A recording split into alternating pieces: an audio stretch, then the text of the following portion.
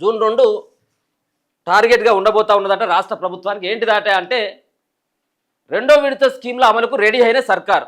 ఇప్పుడు మొదటి దానికే దిక్కు లేదంటే రెండో దానికి ఇంకేదో అయినట్టుగా ఈ వ్యవహారం అంతా కూడా నడుస్తూ ఉన్నది. మొదట్లోనే ఉన్నటువంటి స్కీములన్నీ కూడా పాతరైపోయినాయి. నువ్వు 6 గ్యారంటీల్లో 420 హామీలలో నెరవేర్చిన ఏంటిది? ఇవ్వాల్సినవి కూడా చాలా ఉన్నాయి కదా. తులం బంగారం అన్నావు, మహిళలకి స్కూటీలు అని చెప్పేసి అన్నావు. తులం బంగారం ఎక్కడ పోయిందో తెలియదు. 2 లక్షలకు పైన ఉన్నటువంటి రుణమాఫీ ఎక్కడ పోయిందో తెలియదు. ఇట్లా చెప్పుకుంటూ పోతే చాలా ఉన్నాయి. ఇప్పుడు మళ్ళీ వస్తుంది కదా, జూన్ 2 వస్తూ ఉన్నది కదా. సో దీంట్లో ఏదో రకంగా మళ్ళీ మేము మొదటి విడత మొత్తం అన్నీ అమలు చేసినాం, ఇప్పుడు రెండో విడతకు వచ్చినామని చెప్పడానికి అన్నట్టు. సరే మొత్తం ఏం చేయలేదంటే ఎన్నో కొన్ని చేసిన కాదనట్లేం, కానీ చాలా ఉన్నాయి కదా చేసేటువంటి, ఇంకా చాలా ఉన్నాయి.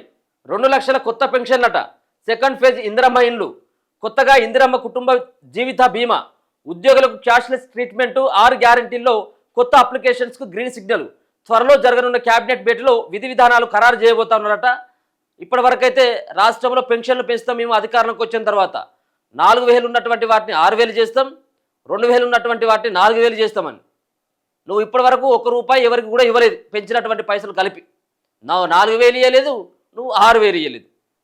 గతంలో ఏ విధమైనటువంటి పెన్షన్లు అమలైనాయో ఇప్పుడు కూడా గవే పెన్షన్లు అమలవుతూ ఉన్నాయి.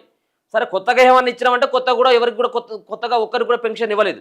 సరే ఏదేమైనప్పటికీ కూడా 2.5 సంవత్సరాల తర్వాత ప్రభుత్వానికి జ్ఞానోదయం అయినట్టుగా ఉన్నది.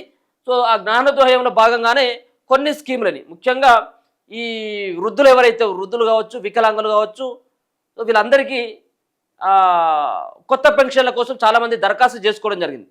దానికోసం అని చెప్పేసి రాష్ట్రంలో దర్దాపుగా 2 లక్షల కొత్త పెన్షన్లు మళ్ళా 2 లక్షల మందికి కొత్తగా పెన్షన్లు రాబోతా ఉన్నాయి. అలాగే ఇందిరమ్మ మొదటి ఫేజ్ అయిపోయింది కాబట్టి రెండో ఫేజ్లో మళ్ళీ ఎవరైనా కట్టుకోవాలనుకున్నటువంటి వాళ్ళకి అప్లికేషన్కి అవకాశంతో పాటు ఉద్యోగులు ఎవరైతే ఉన్నారో క్యాష్లెస్ ట్రీట్మెంట్, అంటే పైసలు లేకుండానే ట్రీట్మెంట్ కోసం అని ఒక స్కీమ్ని అయితే రాష్ట్ర ప్రభుత్వం తీసుకొస్తున్నట్టుగా తెలుస్తూ ఉన్నది. సో త్వరలో